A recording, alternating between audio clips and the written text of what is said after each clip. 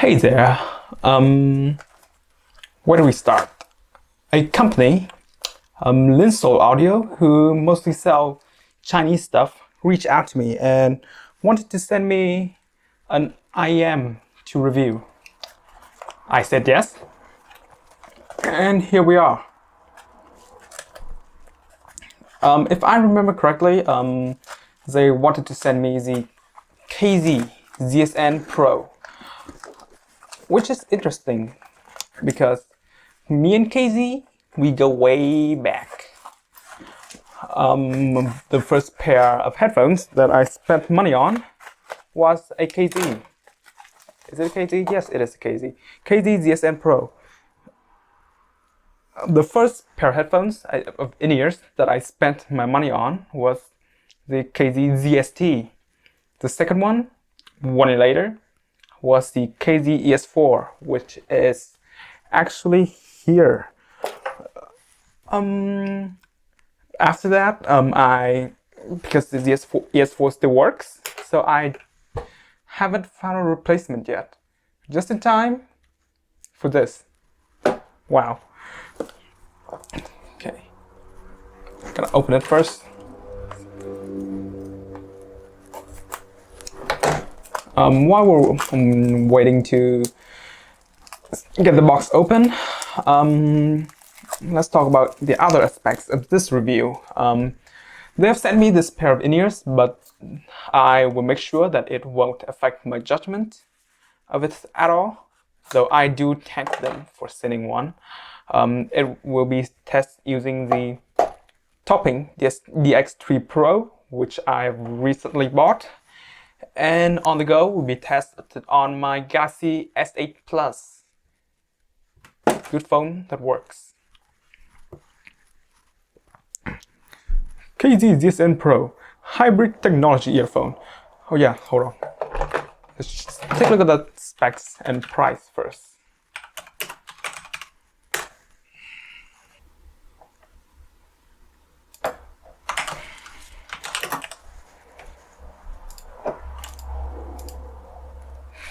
Let's see, $20. Hybrid dual driver in-ear earbuds. So that means that in here we should have one dynamic driver and one balanced armature driver. Okay, why do they have to do this? Jeez. Okay, let's get this out if I can. Out. Okay, this is way harder than it should be.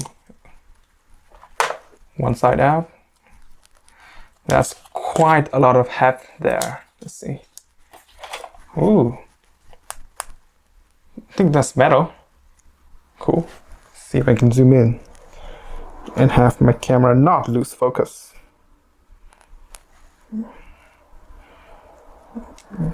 Focus.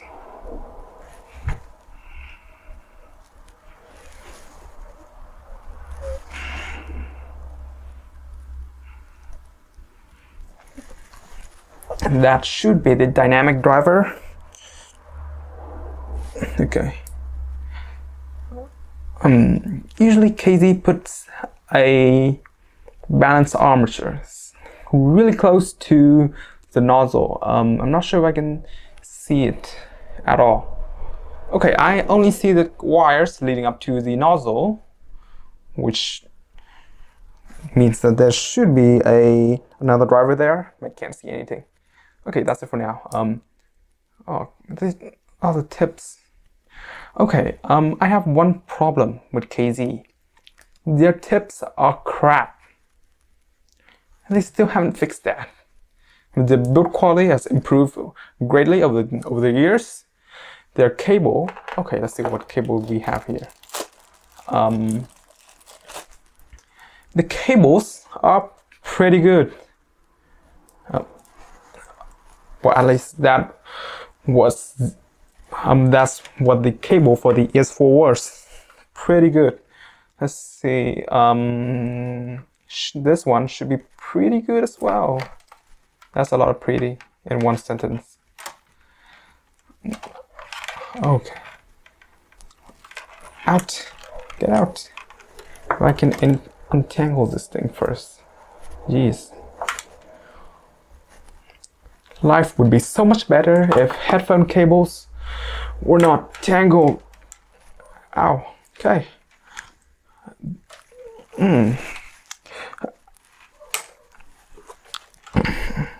So other than the minor kink on this end, it's pretty good. That's actually a lot of kinks, more than I'd like. Still pretty good. The cable is kind of sticky. Not sure why. Yeah, this one isn't. This one is. Okay. What else is inside the box? User guide. If I know KZ, this is probably some Chinglish.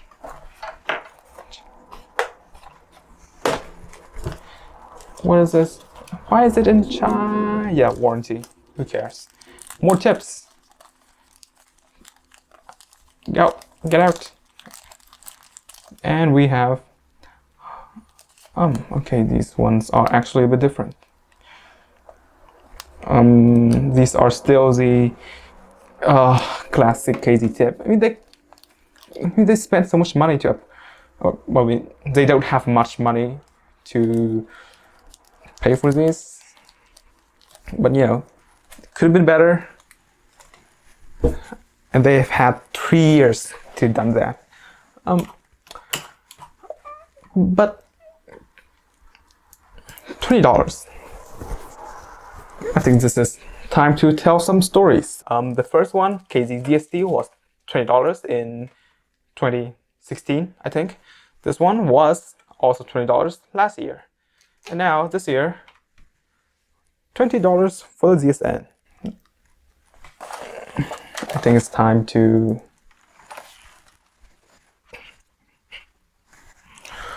Okay, let's put this in. Hopefully there's an indicator somewhere that tells me...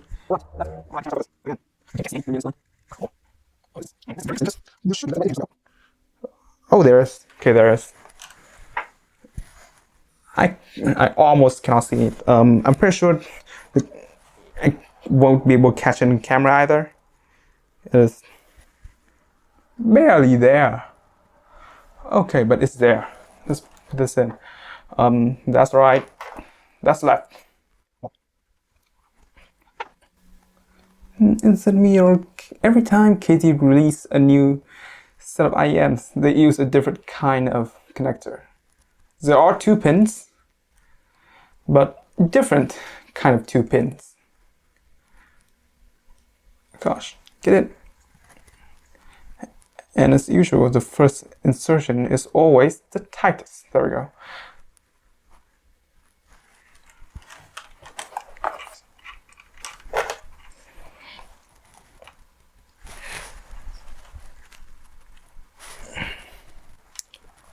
Gosh, this is really tight even for KZ standards. Get in. In.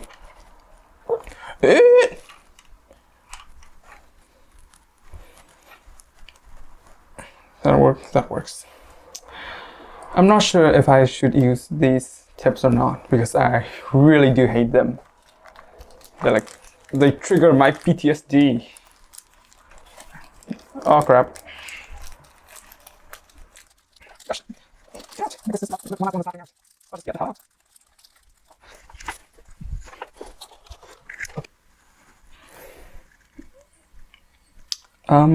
Let's see. The tips are really small. Some of these are tiny.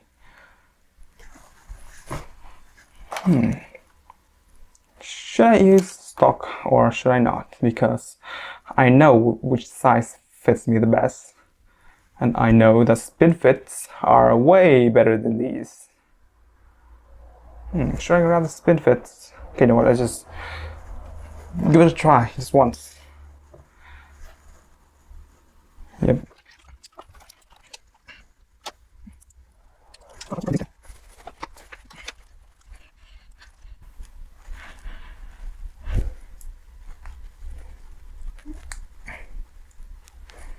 good. Okay. Now that's in. Let's try giving these a test fit.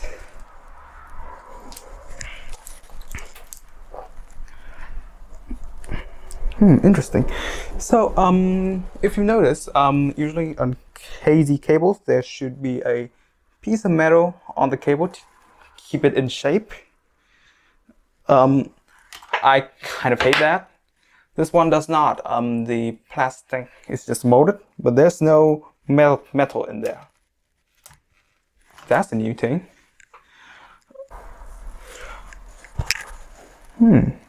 Pretty good. They seems to fit quite nicely.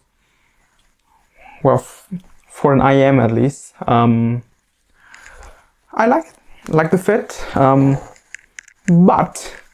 But it's not all about. Well, it's about the sound, not the fit.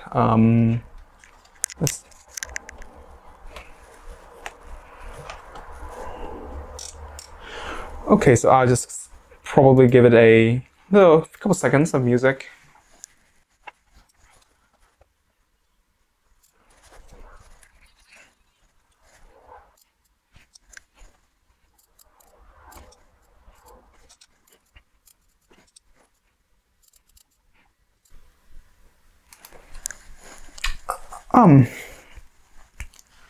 These are interesting. Mids, good. Bass. There's something really strong and really strange about that bass. It's as if there's too much good bass. That's the thing. I don't know. Soundstage, horrible. Or maybe I'm just spending too much time on the HD 650. But the true impressions are not here. They are in the review portion of this video, which should come up next. Fade out should be around here. And we are back. I have spent 1 week with these KZ ZSN Pros. And I do have a couple things to say about them. First, let's get to the cable. It has straightened out a little bit over the week, which is good, but the Y split, look how large that thing is, which means that this Y split will snag on everything. And also they are quite far from the IMs as well, which means that they will pull down on the IMs a lot, and which reduces the comfort. The build, standard KZ, they have improved over the years. Plastic, metal faceplate, plastic. I think the nozzle is metal as well. Yes, metal. The tips,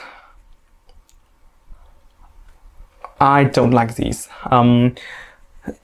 3 years ago, when I bought my first pair of KZ, these are the tips that it came with. I hated them, and I still don't understand why they haven't changed them yet.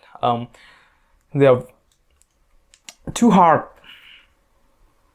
They don't do a great job of gripping onto your ears. They don't hurt me too much, but I don't like them. When I am not reviewing these pair, I just use spin fits instead. They are softer, better at gripping your ears, and just better overall. Alright, that's it for the build. Alright, oh, forgot. The jack at the end, 3.5mm, 4-pole, L shape. I don't like L-shaped jacks. Why?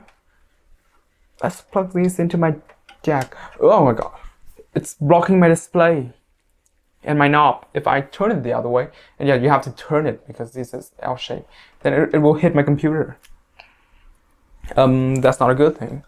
Many people say that L-jacks are for smartphones. However, if you plug this thing onto your smartphone, then you have to rotate it so it doesn't bulge out too much. And if you put it into your pocket, just the cable still have to bend up. I mean, that's more stress. That's not durable. Meanwhile, a straight jack would just go straight through. When it gets pulled up, it just pulls up straight. I am not a fan of these, but that's okay. These are $20. I don't think that I should nitpick the cable too much.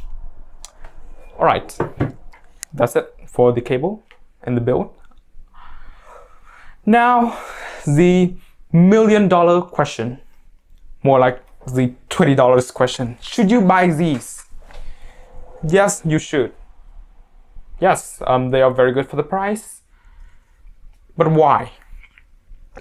Let's talk about driving these. Right, as I mentioned, Galaxy S8 Plus. Out of all of these devices on my table, my Dell laptop, Galaxy S8 Plus, topping the X3 Pro, FIO E10K, the only one that doesn't make a lot of noise when driving these, it's the DX3 Pro on low gain.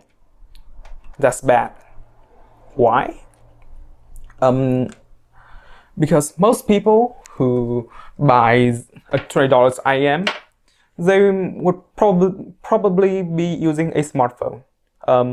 Sensitivity, the sound never go past 30% on these, which is a good thing.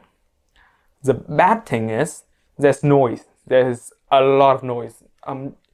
You cannot unhear it. It's always there. It is quite annoying. And that is a big problem because this phone is a flagship, a 2-year-old flagship, but it's still a flagship. And I don't think that most who's buying a $20 pair of IM would have better sources than this. Most people won't be buying a $200 DAC just to use their $20 IMs without noise. I heard that there are solutions for this. For example, the IFI IE Match or the earbuddy, I'm not sure. It essentially cuts the volume in half or in 5 or something. Less volume, less noise. That's how it works. I don't have the money to buy that. I'm too poor for this. So I have to stick with my DX3 Pro for listening tests. Now that I have got the noise out of the way, how do these sound? Wow, because they're very close to perfection, other than one problem with the sound. The bass. That is my first impressions when I put these on. The bass is really good. It took me a couple hours to adjust to the bass, and I really like it. Look at that, bass songs. Slightly boosted high bass, so a bit of warmth. The bass has a lot of weight to it. And other than that, I have no comments. Oh, okay. The speed and decay is in the middle. Not too fast, not too slow, just right. Other than that, I have no comments. In context of $20 IM, that means very good bass. Next, the mids. I don't have too many comments on the mids either. It is just good overall. Sounds quite natural, but okay, and a very slight veil because of the warm sound signature. But there's a small problem, not because of the mids, but because of the uneven treble. The treble is roll off almost all the way. You cannot hear the treble, but then just in a couple songs where there's human, where the vocalist breathe in to sing, that sound is very loud. It is annoyingly loud. Thing is, usually that is not a problem, but the problem is that is the only place where treble exists on these. That is very unnatural, and it creates an uncanny valley feel for the treble. It's so close to being natural, but there's one thing that stands out that ruins the entire experience. And because of the lack of treble, soundstage takes a hit. Because in IMs, you need some, in the 8K regions, they're called the air frequencies. These are roll off at 8K. Tiny soundstage. Okay, let me show you something. I am late on the Yosi Horikawa train, but whatever. Yosi Horikawa letter. Pause the video, go check the song out first, and then come back. Then you'll understand what I'm saying here. At the start of the song, there is a sweep of instrument. On good headphones, on headphones with good soundstage, they go from somewhere out there on the left, slowly closing into you, and then go to the right and far away again. Like a very entrancing experience. On the ZSNs, they go from your left ear to your right ear. That's it. That's sad. Seriously. And for most songs, a small soundstage doesn't really ruin anything. But for songs where the soundstage and imaging is part of the experience, it's just bad. And detail retrieval is a little bit subdued, but it's not a problem. It's how these sound like. Separation is okay. And again, that is more about how these sound like than are they good or not. And that's it. Those are my comments about the ZSN Pro. Let's recap. Good cable, good build quality, good comfort, really good bass, great bass, good mids, and what's going on in the treble? Had it not been for that one problem in the treble where people breathing in sounds way too loud, these would be perfect for $20. I'd like a little bit more detail and soundstage out of these. But then I have to ask myself, am I nitpicking too much? These are $20 on places, but on AliExpress, there are coupons and discounts, and I could bring these down to around $14. $14, that's one nice meal outside. So you can just, instead of eating outside, just not eat once and then buy these. Absolutely worth your money. I did not have to pay for this, but if I had to pay for these, if I had to pay for the $20 for this, I dare say that the review would be even more exciting, because they are really good for $20. Exceptionally good. I have the Tin-T2s here as well. If I had to choose between these and Tin-T2s, sometimes I would choose these.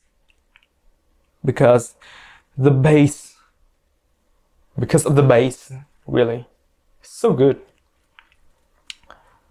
Now let's listen to one more time before signing off. Let's put on something with a lot of bass.